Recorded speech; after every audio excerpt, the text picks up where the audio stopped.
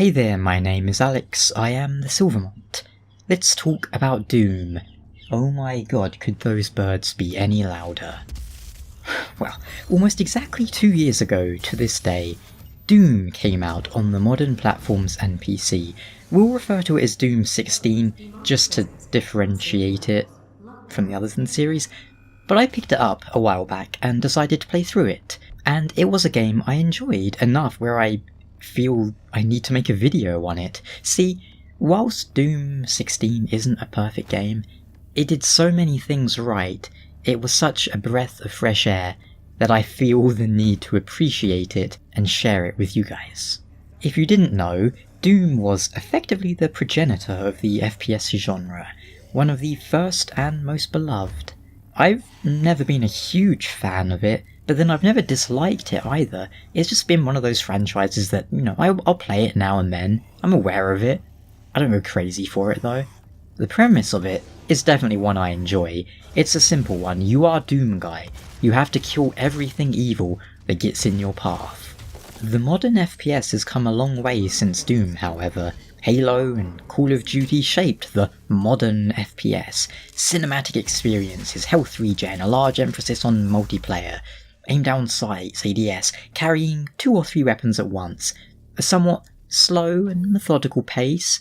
There's nothing inherently wrong with all this, but one gets tired when every game starts to blend in with another.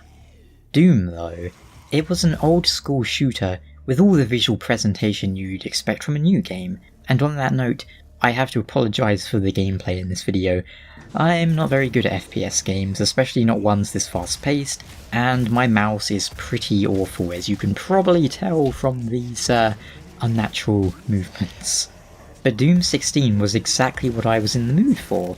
So many games have been cookie-cutter, open-world experiences that I wanted something simple, something linear, something fun. I didn't need it to be a 50-hour experience with a deep and rich story and loads of collectibles to pick up in every corner of the map, with a checklist. I just wanted fun. Doom had that. For starters, although the pace isn't obscenely fast, it's quite a fast-paced game. UNGh can't sprint because he's always sprinting, he's always moving fast, he's always moving as fast as he can. With the exception of a few instances, there's no ADS, no aim down sights. Regenerating your health, stunned by killing enemies. You can carry every weapon in the game at once, and although some are familiar, they all feel powerful and unique in the game's setup. They all have their own role. None of them feel superfluous. There isn't an excessive amount of story or cutscenes, and you know what? There's power-ups. I don't even remember the last time I played a game with power-ups. The basic gameplay pattern of Doom is that you use guns to weaken or kill enemies. Once they are at a critical level or stunned from a lot of damage, you can finish them off with a gory melee kill, a glory kill, which will typically grant you health. Should you start running out of ammo, you can use a chainsaw for an instant kill at the cost of fuel, which causes enemies to explode into a huge ammo pile. As you play through the game, you will be able to upgrade your armour and weapons, including weapon mods that might do anything from attaching a grenade launcher to your shotgun, a scope to your rifle, or giving your plasma gun a heat vent that acts like an incinerating shotgun blast. In essence, the majority of guns have alt fire or secondary fire. I don't even remember the last game to have that either. It's fast paced, there's a lot of mobility involved, and it's so satisfying. The enemy variety is pretty good too. Instead of shooting humans, you'll be fighting a wide variety of demons. The one slight flaw? There's 3 bosses in the entire game and they're all bunched up near the end. And as an aside, the final boss had a glitch for me that prevented me from being able to finish it, until I swapped to a specific rune which allowed me to walk through an invisible wall surrounding the boss. Yeah. The story too was simple but a lot of fun.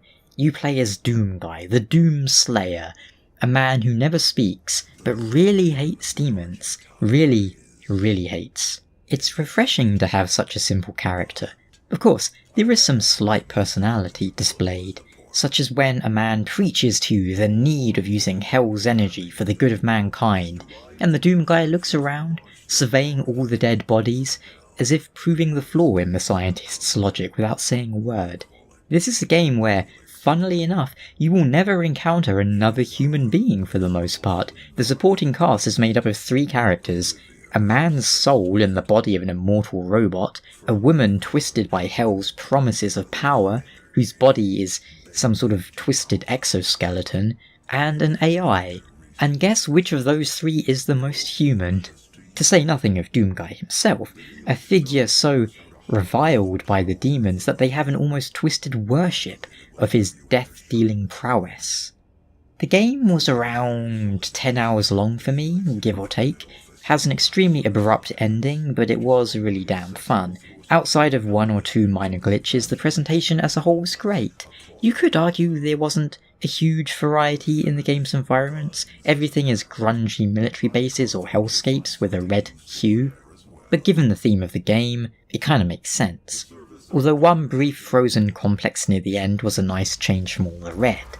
I would love to see a sequel, and I hope the game's success will let game publishers know that we can have games like that. Not everything needs to ape Call of Duty.